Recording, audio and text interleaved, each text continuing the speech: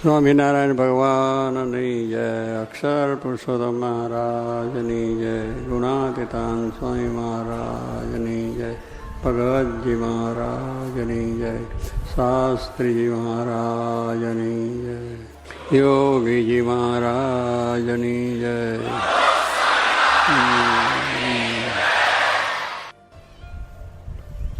કીર્તન આપણે સાંભળ્યું કે નિષદિન સંત સમાગમ કીજીએ. નિષદિન એટલે 24 કલાકની વાત થઈ.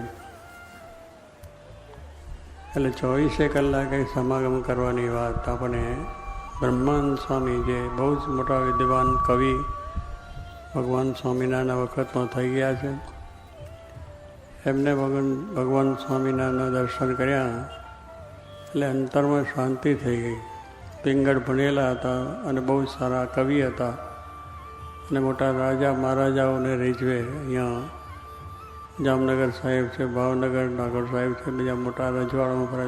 પિંગળ ભણેલા કચ્છની અંદર ભુજમાં, અને એ કવિત્વ બધું કરીને પછી ફરતા ફરતા ભાવનગર ગયા. ત્યારે મહારાજા બહુ જ રાજી થઈ ગયા, કારણ એમનું કવિત્વ હતું એટલે હજારો પ્રકારના લાખો રૂપિયાનું સરપાવ પણ એમને આપે. પછી ત્યાં આગળ એક સહેજે વાત થઈ કે ભાઈ કવિ તમે બહુ સારું બધું કર્યું, પણ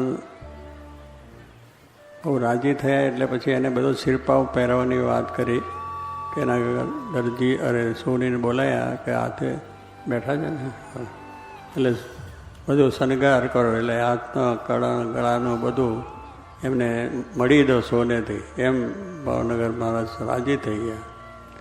એટલે પેલા સોની ત્યાં કરવા ગયા માપ લેવા માટે આમને ત્યાં. એટલે એમના કપાળમાં તિલક હતું. હવે તિલક જોઈને બ્રહ્માનંદ સ્વામી, એટલે તો તે લાલુ બારોટ તરીકે હતા તે ઘડીએ, પછી નામ પડ્યું બ્રહ્માનંદ. એટલે લાલુ બારોટ વાત કરી કે આ લાંબુ તિલક ક્યાંથી લાયા? નવું ટિકટ બધા તિલક તો ઘણા જોયા, આડા ઉભા બધા, પણ તમે આ તિલક ક્યાંથી લાયા? કે છે એ ભગવાન શ્રીજી મહારાજ સ્વામિનારાયણ ભગવાન એ આ પૃથ્વી ઉપર પ્રગટ થયા છે અને હજારો માણસોને એમના દર્શનથી શાંતિ થાય છે અને એમના સમાગમથી, દર્શનથી હજારો માણસોનો વ્યસન પણ છૂટે છે. ઘણી માણસો છે એ સમાજની અંદર, જેને આપણે કહી શકાય કે અનેક જાતના અનર્થ કરતા હોય, લૂંટફાટ કરતા હોય, એવોને પણ સુધાર્યા છે અને એ બધાને પણ સત્સંગી કર્યા છે.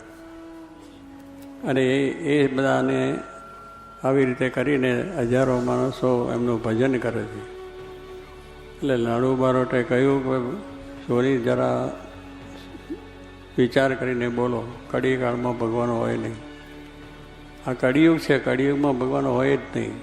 પેલો કહે છે ભાઈ ભગવાન છે, અમે મારો અનુભવ કહે છે. તો કે જો એ ભગવાન હશે તો હું એનો પરીક્ષા લઈશ. એને શું કે હું પરીક્ષા લઉં અને એ મારી પરીક્ષામાં પાસ થાય તો ભગવાન માનું. એટલે સોનીએ કહ્યું કે કવિરાજ, બીજા બધાની પરીક્ષા કરો પણ ભગવાનની પરીક્ષા કરશો નહીં. મીઠાની કોથળી બાંધી હોય અને દરિયામાં નાખો તો તળિયે જતાં જતાં પાણી ભેગી થઈ જાય. એનો એ તાગ લઈ શકે નહીં દરિયાનો. મીઠાની કોથળી દરિયાનો તાગ લેવા છે કે કેટલો ઊંડો છે, પણ જતાં જતાં વચમાં જ ઓગળી જાય.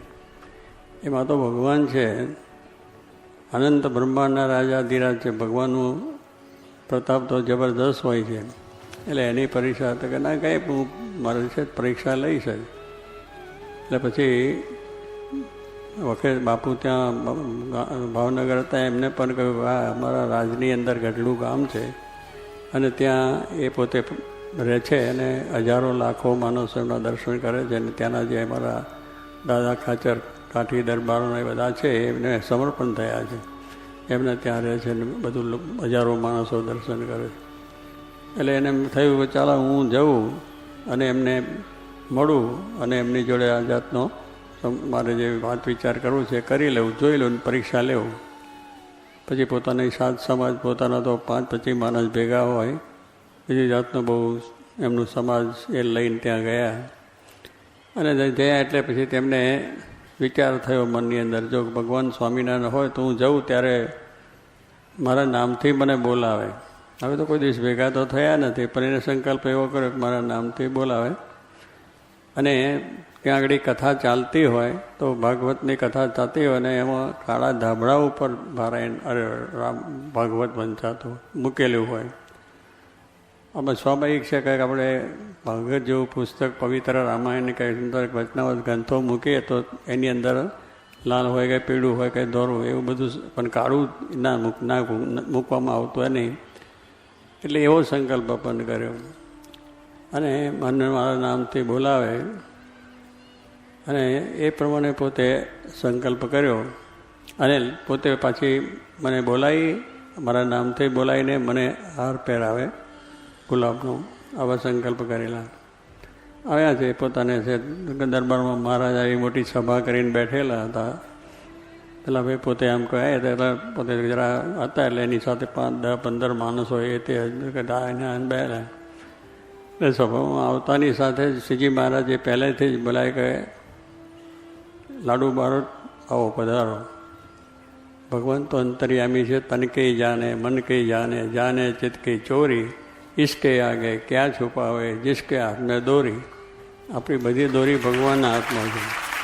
આપણે અહીંયા ચોરી ત્યાં જો છુપાડીએ તો એ તો બધું જ જાણે. તમે શું કરો છો, શું કરવા આવ્યા છો, શું કરવા, બધું છે આપણું જાણે છે.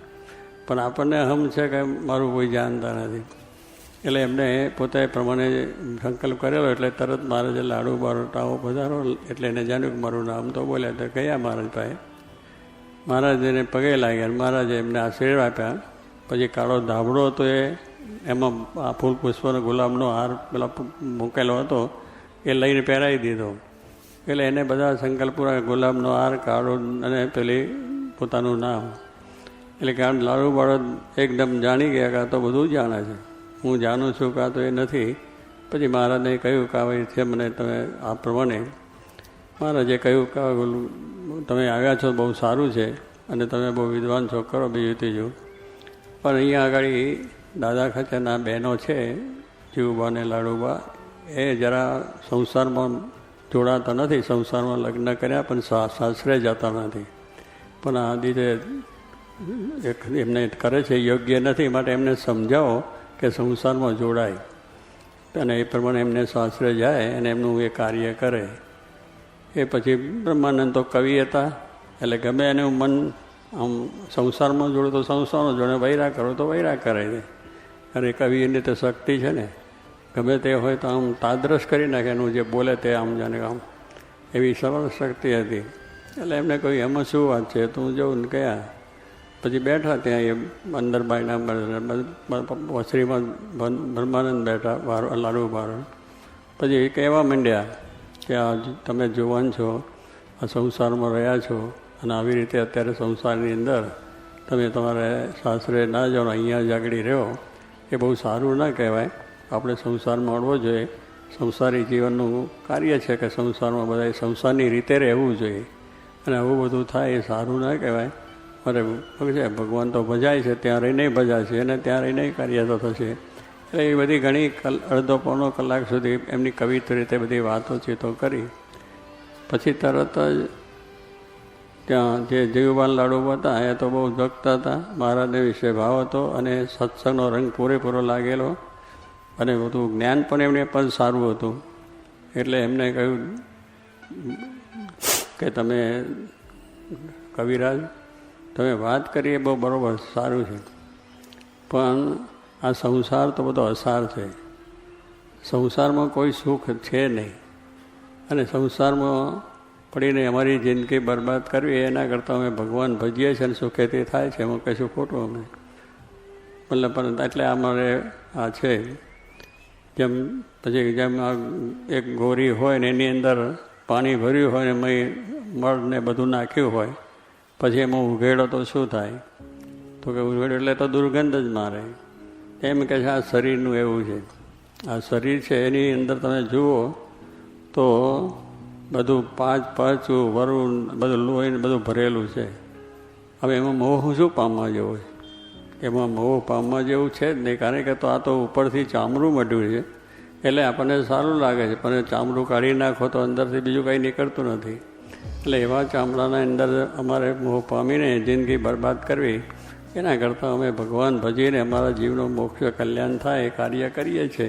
એટલે એ થયું, એવી થોડીક એ વાત કરી. માટે તમે પણ આજે આવ્યા છો ભગવાનને શરણે, ભગવાનના દર્શન કરવા માટે, તમે પણ એમને શરણે થઈ જાઓ અને તમે પણ આ બધો જે ઠાઠ બાઠ બધો પહેર્યો છે એ મૂકી દો.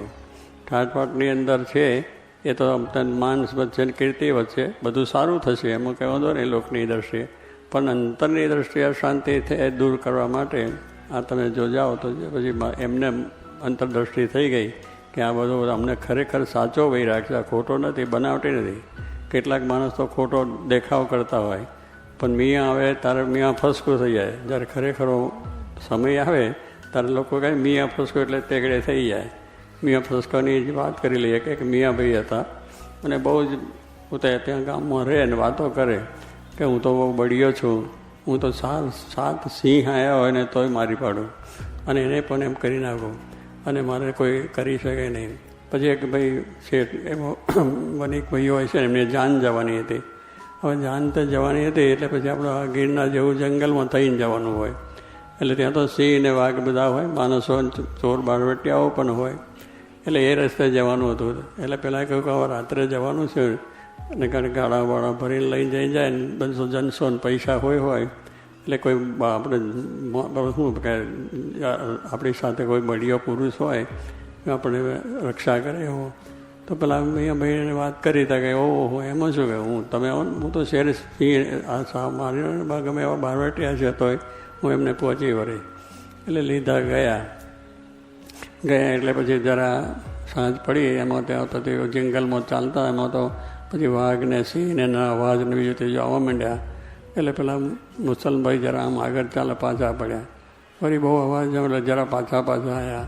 એટલે પાછા આવ્યા ને પછી પાછા જતા રહે. પછી પેલા બધા કહે છે તમે આ બધું છે ને આવું બધું ગુગાડ થઈને પાછા કેમ પડો? તમે તો કહેતા હતા હું તો સાર ને સિંહ હોય તો મારી પાડું ને બધું કરું, બધા બુઢા બારટિયા હોય તો કરું, હવે આમાં તમે પાછા કેમ પડો છો?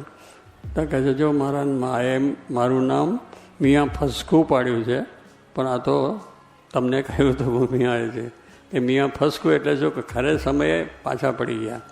જ્યારે ખરેખર ત્યાં આગળ રંગ જાય એટલે પેલા પશુઓને બધા જોયા તો પાછો પગ પડી ગયો. ત્યારે એ પછી શું શેરખાન બેરખાનની વાત પતી ગઈ.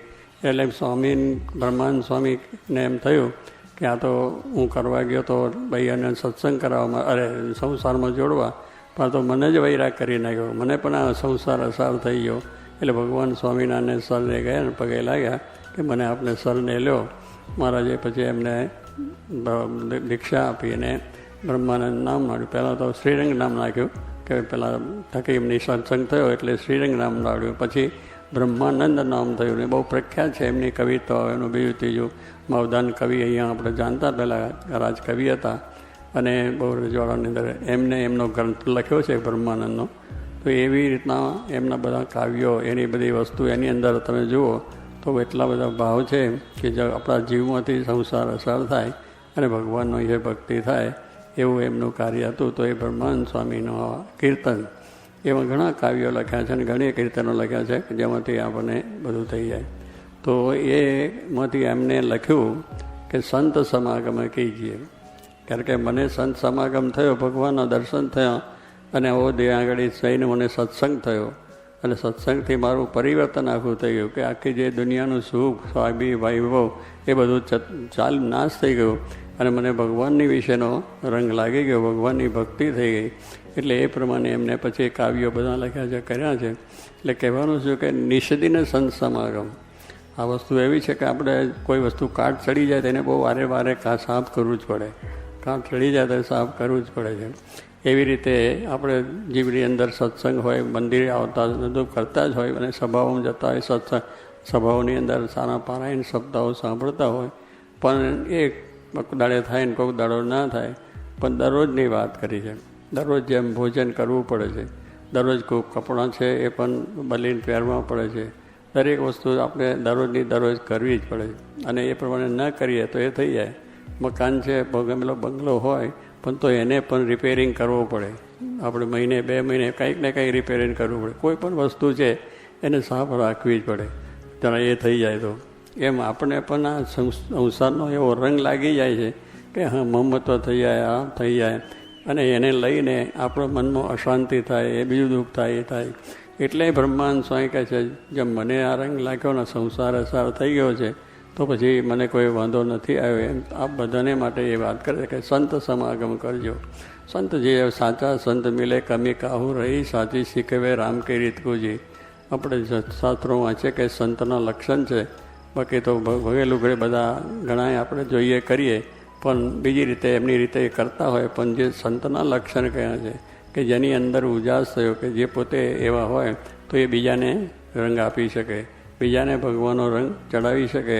તો એવા સંતો સ્વામિનારાયણ ભગવાનના 500 હતા, અને એમાં ગુણાત્યાન સ્વામી પણ મોટા સંત હતા. એ આ ગામમાં આવી ગયા છે મહારાજના વખતમાં સંતોની સાથે, મંડળ સાથે. અને એમને આ હાલાર દેશમાં બધો સત્સંગ, ખૂબ પહેલાં જૂનાગઢના મહંત હતા અને બધું કામ કરતા હતા. પણ કહેવાનું શું છે કે એમનાથી હજારો માણસોને આ સત્સંગ થયો, ભગવાનનો નિષ્ઠા થઈ, સમજણ થઈ, અને એ વાત થઈ ગઈ. એની અંદરમાં હવે આપણે એક સંવાદ પણ જોયો કે જે સામત પટેલને કેવો રંગ લાગ્યો કે એને બધું ઘર બહાર કુટુંબ પરિવાર ભગવાન પરાયણ જ કરી દીધું. એને સંગ થયો કે ભાઈ આ બધું ખોટું, ભગવાન અર્થે જેટલું થશે એટલું સાચું, બાકી બધું ખાર ભૂમિમાં વાવ્યું તો ગવાનું છે. ખાર ભૂમિમાં વાવીએ તો ખાર ભૂમિમાં દાના જાય, મહેનત જાય, અને બધું જતું રહે, કશું પ્રાપ્ત ન થાય. અને સારી ભૂમિમાં જો વાવ્યું હોય એટલે ફળદ્રુપ ભૂમિ જેને કહીએ છીએ, તો એમાંથી 2 દાના, 1 મુઠ્ઠી દાના નાખીએ અને ગાડું ભરીને દાના આવે, એટલું બધું અનાજ પાકે. જે કંઈક થાય તો સારું થાય. એની અંદર કપાસ વાવીએ તો એ સારો થાય ને બધું થઈ જાય. એમ સ્વામી કહે છે ફળદ્રુપ ભૂમિ શું છે કે ભગવાનને સંત એ ફળદ્રુપ ભૂમિ છે. એને અર્થે જેટલું કરીએ એટલું આપણને અનંતઘનો લાભ થઈને આવે. ભગવાનને જે માટે જે કરીએ એ અનંતઘનું થઈને આવે છે. એટલે દેમે દાણી મુઠ્ઠા વાવીએ પણ એ કેટલા ગાડું ભરીને આવે, કેટલા આનંદ દાના થઈ જાય ને. એમ બધી વસ્તુનું કામ છે. એટલે સામત ભગતને આ નિશ્ચય ભગવાન સ્વામિનારાયણનો થયેલો હતો, અને એમને આ ગઢડાનું મંદિર થતું, એની અંદર આ વાત આપણે સાંભળી. અને પેલા લોકોએ વિરોધ તો કર્યો કે તમારાથી આટલાથી 5 આટલું તમે લઈને જાઓ છો એટલે કંઈ મંદિર થઈ જાય. એટલે કે હું જાણું છું મંદિર મારું ના થાય, પણ મારી આટલી સેવા ભગવાન લેશે તો મારું આ મોક્ષ અને કલ્યાણ તો થઈ જશે.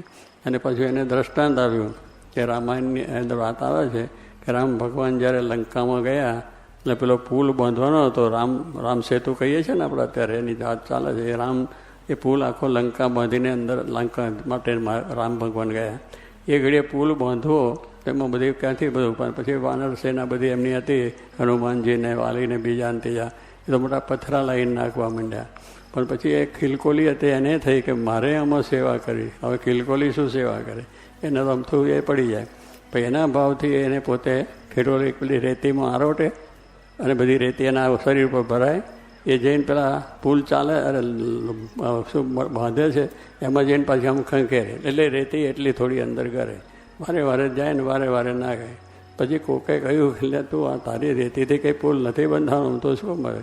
તો મારે કંઈ વાંધો નહીં, મારી આટલી સેવા પણ જો ભગવાનના કામમાં આવી જાય મારો મોક્ષ થઈ. એટલે ખિલકોલીને આ દ્રષ્ટાંત હતું કે ખિલકોલીને પણ કહ્યું કે તું આ કરે છે, તો એમ સામત ભગત એમ કહે છે કે મારી આટલી સેવા છે પણ ભગવાનના કામમાં સારી ભૂમિમાં હું વાવું છું, સારા ઠેકાને મારું કામ છે, તો મારું કલ્યાણ થવાનું છે, અગર મારી શાંતિ થવાની છે. તો એવી રીતે જેને આ રીતે ભગવાનને પોતે શ્રદ્ધાપૂર્વક અને આ પ્રમાણે મહિમાએ સહિત જેની ભક્તિ થાય છે એનું કામ થઈ જાય છે. અને થઈ જાય તો સામત પટેલે બધું પોતાનું ઘર બાર વખરીમાં જે કંઈ પોતાના દાગીના કે પૈસા હતા એ બધું લઈને ત્યાં મહારાજને આપ્યા. મહારાજ રાજી થઈ ગયા. એટલાથી થાય તો નથી. એક દુબળી ભટ્ટની વાત કરી એમાં કે દુબળી ભટ્ટ હતા, બ્રાહ્મણ હતા, બિચારા ભિક્ષા માગે અને ભિક્ષા માગીને પોતાનો નિર્વાહ કરે. અને લુગડા જોવે તો બિચારા હાવ પહેલો અરે ફાટલા તૂટલો, માથે બાંધેલી પાગ હોય એ પણ ઢીલા કેટલાય હતા. એટલે પછી માગીને પૈસા ભેગા કરે અને પોતાનો નિર્વાહ કરે. હવે મંદિર બંધાતું હતું એટલે એને ખબર પડી ગઈ કે ભગવાન સ્વામિનારાયણનું મંદિર થાય છે. એટલે એને પોતાને કાંઠે 13 દોકડા હતા. એટલે હવા 1 આનાને 2 આના કહે તે વખતની હવા જો, એટલે એટલા પૈસા બધેલા બાંધી રાખેલા. એની પોતાની મૂડી કહેવાય, જેને કહે છે ને મારી મરણ મૂડી છે, એ મરણ મૂડી જ કહેવાય નહીં. એને બીજું ઘર બાર બીજું ત્રીજું એવું નહીં, ભિક્ષા માગીને નિર્વાહ કરીને પોતાનો દિવસ ચલાવતા. તો એને પણ થયું એટલે ગયા. આવી સભા બેઠી હતી, સભાની અંદર તો લખની થતી હતી. તો કોઈ દરબારો બેઠા, કોઈ 5,000, 10,000, 25,000 જે જેની શક્તિ પ્રમાણે 50 હોલ લખાવે અને ચાલતું હોય. એમાં એ ભટજી પણ આવ્યા. ભટજી આવ્યા બધા દૂર ઊભા રહ્યા. પણ પછી કે આટલા બધા માણસો મારું શું છે? પણ મહારાજે કહ્યું દુબળી ભટ્ટ આવો. એ દુબળી ભટ્ટ બોલાયા. પછી ધીરે ધીરે ટેકે આવીને કહ્યું કે મહારાજ પછી પેલા છોડીને પેલા બાંધેલા ને પાઘરે એ પણ 5 કાંઠો વારેલી હતી, છોડી મહારાજને આપ્યા. મહારાજે હવા 13 ઢોકળા લઈને જય બોલાવી દે. ગોપીનાથ મહારાજની જય. એકદમ મહારાજે જય બોલાવી. એટલે કે આપણે 5,000, આપણે 5,000, 10,000, 25,000 લખ્યા. મહારાજ જય તો બોલતા નથી. અને આના હવા ઢોકળા શું થાય બોલ્યા. પણ મહારાજે કહ્યું પેલા કે દરબારો બેઠા હતા ને કે મહારાજ અમારે બોલીએ ત્યારે જય તો બોલાય નહીં, અને આના બ્રાહ્મણ તો કશું છે નહીં, હવા ઢોકળામાં શું તમે જય બોલાય?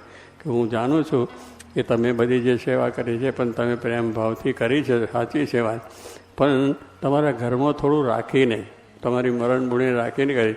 આની મરણ મૂડીને જ આટલી હતી.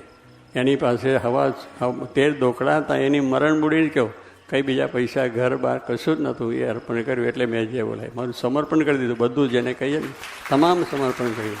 એને તો એ જ કહેવાય ને. તો કહેવાનું કે આવા છે એને આવી રીતની આ દ્રષ્ટિથી, ભગવાનની દ્રષ્ટિથી, અને એનું શાસ્ત્રમાં નામ લખાઈ જાય. શાસ્ત્રમાં નામ લખાયું છે જે ખરેખરા ભક્ત થયા, કે જેને ભગવાનની ભક્તિ કરી એને માટે એનું નામ લખાયું. નરસિંહ મહેતાનું લખ્યું, મીરાબાઈનું લખાઈ ગયું, બીજા ઘણા ભક્તો થઈ ગયા. મહારાજ સ્વામિનારાયણ ભગવતનો કેટલાય સંતો ભક્તો થઈ ગયા. સામંતભાઈ જેવા કેટલાય, પર્વતભાઈ એક હતા, બીજા દાદા ખાચર કુટુંબ બધું ઘણા ભક્તો થઈ ગયા છે. ભગવાનના વખતમાં અંબરીશ રાજા થઈ ગયા, ગોપીચંદ્ર રાજા થઈ ગયા, બધા રાજાઓ બહુ થઈ ગયા. પણ જેને ભગવાન માટે કર્યું તો એનાથી કામ થઈ ગયું. દ્રૌપદી આપણે કહીએ છીએ, દ્રૌપદી એને ભગવાન કૃષ્ણને વાગ્યું હાથે કંઈક બેઠા હતા, એને પછી વાગ્યું એટલે એને પછી ત્યાં આગળ પાટો બાંધવા જોઈએ ને, તો પછી બીજી રાણીઓ બધી હતી એ તો આગા પાછા થવા માંડ્યા અને ત્યાં આમથી લઈને ભાઈ પાટો બાંધવા. પણ દ્રૌપદી હતા એને પોતાનું સારું કિંમતી પહેરેલું વસ્ત્ર ચીર હતું ઉઘાડી, એને ચીરી નાખીને એકદમ પાટો બાંધી દીધો ભગવાને. આ પાટો બાંધ્યો એમાં ભગવાન એની લાજ રાખી. પછી શું થયું? પ્રસંગ એવો બની ગયો કે દ્રૌપદીની વાત છે ને, હે રાઈટ છે ને? તો પંડ્યા એ માસ્તર છે ને એટલે એને ખબર પડી જાય. એટલે કહેવાનું શું કે એમને પછી ભગવાને બહુ રાજી થયા અને બહુ પ્રસન્ન થઈ ગયા. પછી એમને દ્રૌપદીને જરા જરૂર કામ બેઠા હતા અને પેલું એને ત્યાં યુધિષ્ઠિરના જે મહેલમાં અને પેલું પાણી આમ મહેલમાં આગળ આપણે કરી છે ને બધું, તે જ્યાં પૃથ્વી હોય ત્યાં પાણી દેખાય ને પાણી હોય ત્યાં પૃથ્વી દેખાય, એવી આખી રચના કરેલી હતી. એટલે દુર્યોધન આવ્યો, કૌરવનો મોટો ભાઈ કૌરવ, એટલે એને આવતા જોયું ને પછી પેલા દરવાજામાં બેસતા ત્યાં આગળ પાણી નહોતું અને છતાં એને લુગડા ઊંચા લીધા.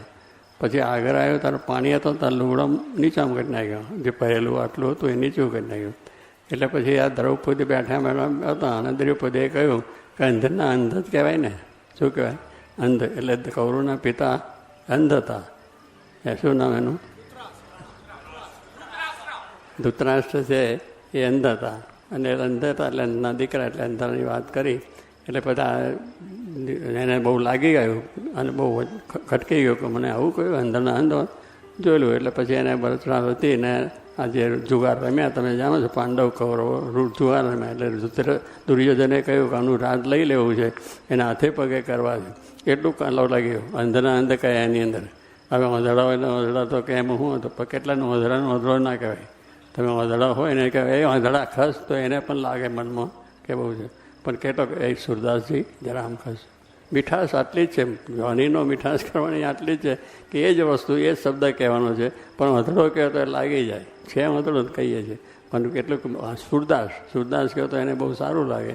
એમ સ્વામી કહે છે પોતાની માં છે એને આપણે બોલાવીએ કે મારી માં આવી છે ને તેવી છે ને, પણ પોતાને માને જરા મીઠાશથી બોલાવે તો એને સારું લાગે. પણ આવી રીતે વાણીનો વિવેક પણ કહ્યો છે કે વાણીમાં એવો વિવેક રાખવો જોઈએ કે દરેકની માનને પ્રમાણે જ આપણે બોલાવવું ચલાવવું, તો કોઈ જાતનો વાંધો ના આવે. તો એટલે આંધળાના આંધળા કયા એ મહાભારત થયું, આપ જાણો છો, અને બહુ મોટું યુદ્ધ થઈ ગયું. તે વખતે એ દુર્યોધને એને પોતે દ્રૌપદીની આબરૂ લેવી એની પ્રમાણે કરવા માટે મોટો એક રચના કરી, અને પાંડવો છે એ જુગાર રમ્યા, અને એમની સાથે જુગારની અંદર કૌરવો જીતી ગયા, અને રાજ આખું મળી ગયું એમને, અને એ થયું. અને પછી આ દુર્યોધને આ બધું રાજ રહ્યો કે પાંડવોને વનવાસ જવાનું, પરંતુ આ દ્રૌપદીને નવસ્ત્ર કરવાને માટે સભાની અંદર એનું લાજ લેવી એવું આખું આયોજન કર્યું. ને બધું દુર્યોધનને બધું સભામાં બધા બેઠા, ધૃતરાષ્ટ્ર બીજા ત્રીજા બેઠા, કૃષ્ણ પરમાત્મા હતા, પાંડવો બેઠા, આ બધું કૌરવો બધા બેઠા, અને ત્યાં આગળ ચાલ્યો. દુશાસન એનો એ હતો, એને કહ્યું કે એને વસ્ત્ર કાઢી નાખો, એટલે લેવા માંડ્યા. દ્રૌપદી તો એકદમ ઝાંખી થઈ ગઈ, કારણ મારું તો સભાની અંદર મારું આવું થશે, એટલે બહુ જ વિચારી આમ થઈ ગઈ, ને ભગવાનને પ્રાર્થના કરવા માંડી પડી. એટલે પ્રાર્થના કરી, પણ પછી ભગવાનને એ પહેલાં સામે જુએ, સામે બધા કૌરવો બેઠા હતા, પતિ બેઠા હતા, યુધિષ્ઠિરને, અર્જુનને, ભીમને બધાય બેઠા હતા. બધા સામું જુએ, પણ પહેલાંના બધા બંધનમાં આવ્યા હતા, જુગારમાં હારી ગયા હતા, એટલે કોઈથી બોલાય નહીં, ઊભું થવાય નહીં. બોલે તો પહેલાં તો તરત પડકાય કે બેસો, તને બોલવાનો અધિકાર નથી. અત્યારે બેહાડી દે છે ને, આપણે મોટી સભામાં બેઠા ને કોઈ બોલ કરતો બેહાડી દે, એટલે બેહાડી દે ને, એમ જેની બરોબર સત્તા હોય એમ. એટલે પેલા યુધિષ્ઠિરનું દુર્યોધનનું હતું એ બેસાડી દીધા, બોલે નહીં, કરે નહીં. ભીષ્મ પિતામહ એ પણ બહુ ધર્મરાજા હતા અને બહુ હતા, એટલે એમને જોવે સામે તો એ પણ કંઈ બોલે નહીં, કારણ કે ભીષ્મ પ્રતિજ્ઞા, એટલે ભીષ્મ રાજા તો બહુ, એ પણ સમર્થ બધાના દાદા કહેવાય, કૌરવ પાંડવના દાદા કહેવાય. હવે એ પણ કહે છે કે આ લાજ થાય છે, સ્ત્રીની આ રીતે લાજ લેવાય, પણ એ બોલી શકે નહીં, કારણ કે એનું અનાજ ખાતા હતા. તમે જેનું અનાજ ખાવ ને પછી તમારાથી બીજું બોલાય નહીં, એનું સમજાવો કે આને અર્થ છે, આ ખોટું છે, નકામું છે, ફલાણું છે, પણ એનું જે કંઈ ખાધું હોય ને એટલે નીચું મોડું ગાલવું પડે. એટલે કહે છે ને, ડાંગનો માર્યો ઊંચું જો, ધાનનો માર્યો નીચું જો. જેનું ધન ખાધું તો નીચું ગાલવું જ પડે, શરમ રાખવી જ પડે, આપણે લાગે ખોટું છે છતાં. તો એ પ્રમાણે બધા બેઠા. પછી ધીરે બધી પેલી અને સીધી બધી હતી, બીજા પ્રયત્ન કર્યો, પેલા સાડી ખેંચે અને આમ બને, આમ કરે ને આમ મોઢા રાખે ને બધું બહુ પ્રયત્ન પોતે કર્યો બચવા માટે. પણ પછી ભગવાન સ્વામી દ્રષ્ટિ કરી, ભગવાન બેઠા હતા, એટલે ભગવાને દ્રષ્ટિ કરી, એટલે ભગવાને પછી કહ્યું કે આ પ્રમાણે ભગવાને પ્રાર્થના કરી, એટલે ભગવાન પછી એને ચીર પેલો જેમ ખેંચે એક બીજું ચીર આવતું જાય, બે ખેંચતો જાય, એટલે હજારો સાડીઓ એને કાંઈ ખેંચી નાખી, પેલો બળ્યો હતો. કારણ કે એને પેલી ચિત્રી બાંધી હતી, એના એક એક તાર કાઢી અને ગંતરી કરીને ભગવાને એનું વ્યાજ સાથે આપી દીધી. હજારો અને નહીં પણ કેટલી રહ્યો. તો એ પ્રમાણે ત્યાંની લાજ રાખી ભગવાને. તો જો ભગવાન માટે એને એક આટલી જ રાખી ચિત્રી, એમાં એને આખું પોતાની લાજ આબરૂ રાખી દીધી, અને એનો પ્રતિષ્ઠા વધી છે. એટલે કહેવાનું, ભગવાન માટે કરેલું નિષ્ફળ જતું નથી. થોડું કહે એટલું, શ્રદ્ધાએ સહિત ને ઈર્ષાએ રીત. દાન કરવું તો શ્રદ્ધાએ સહિત, ઈર્ષા માટે નહીં કે ફલાણે આટલું કર્યું તો હું આટલું કરું, ફલાણું આમ દેખાય મારે આમ કરું, એવું નથી. આપણે ભગવાનને રાજી કરવા માટે. માન મોટપ દુનિયાની તો છે જ, માન મોટપમાં તો આપણે બધું કરીએ છીએ અને કરવાનું છે, સમાજ માટે કરીએ, બીજા માટે એનો વાંધો નથી. પણ ભગવાન માટે જે કરીએ છીએ એમાં કોઈ માન નહીં. આપણે કદાચ એ જે રીતે કરવાનું છે તો જે માન રહે, એટલે શ્રદ્ધા. પહેલી તો શ્રદ્ધા, જો કે અહીં આ ભૂમિમાં વાવીશ તો અનાજ ઉગવાનું જ છે, આ કામ કરીશ તો આમાંથી મને લાભ થવાનો જ છે, વેપાર કરીએ તો પણ. એટલે દરેકની અંદર આપણે શ્રદ્ધા હોય તો જ કામ થાય છે. એમ ભગવાન ભજવામાં, ભગવાનની ભક્તિ કરવામાં, ભગવાનનો સેવા કરવામાં જો આપણી શ્રદ્ધા છે તો આપણું કામ થાય છે. એટલે શ્રદ્ધા એ ઈર્ષાએ રહે, કોઈની ઈર્ષા ના કરવી, ફલાને આમ કર્યું તો હું એનાથી વિશેષ કરું, હું જરા એનું સારું પડશે. એટલે દુનિયામાં એવું બધું હોય છે.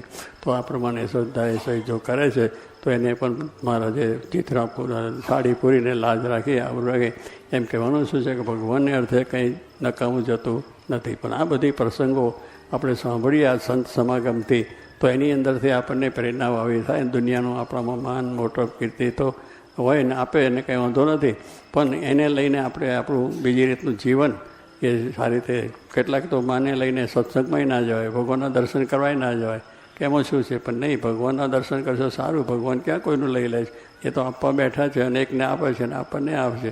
એટલે શ્રદ્ધાએ સહિત ને ઈર્ષાએ રહિત ભગવાનની ભક્તિ કરવી છે. તો એ મહારાજ કહે છે કે એમાં ભગવાનને સંત રાજી થાય, એ માટે આપણે આવા કથા વાર્તા કીર્તનમાંથી એવો સાર સમજીને આપણું જીવન પણ પવિત્ર બને, શુદ્ધ બને, અને આપણે ભગવાનની ભક્તિ કરીને આપણા સંસાર જીવનની અંદર દરેકને આપણે સારી રીતે શાંતિથી ભક્તિ થઈ શકે અને ભગવાન રાજી થાય એટલા માટે આ સમાગમ છે, મંદિરો છે, પારાયણો છે, સપ્તાહો છે, મંદિરો છે, બધું એટલા જ માટે છે કે આપણું જીવન સારું થાય. એના કરવાથી એમાંથી આપણને લાભ જ થવાનો છે, એમાં કોઈ દુઃખ છે નહીં. એટલે એ મહિમાએ સહિત જો આપણે કરીએ તો ભગવાન શાંતિને સુખ સર્વને આપશે. માટે પ્રાર્થના છે કે આ બધાને ભગવાન ખુશી રાખે, સારી શાંતિ થાય. અને આ જે સત્સંગનું જ્ઞાન છે, સત્સંગનો મહિમા છે, સત્સંગનો મહિમા આપણા જીવનને જેમ સામંતભાઈ પટેલ જીવનને જે પ્રેરણા મળી એવી પ્રેરણા દરેકને પણ મળે અને ભગવાન સર્વ પર રાજી થાય એ જ પ્રાર્થના.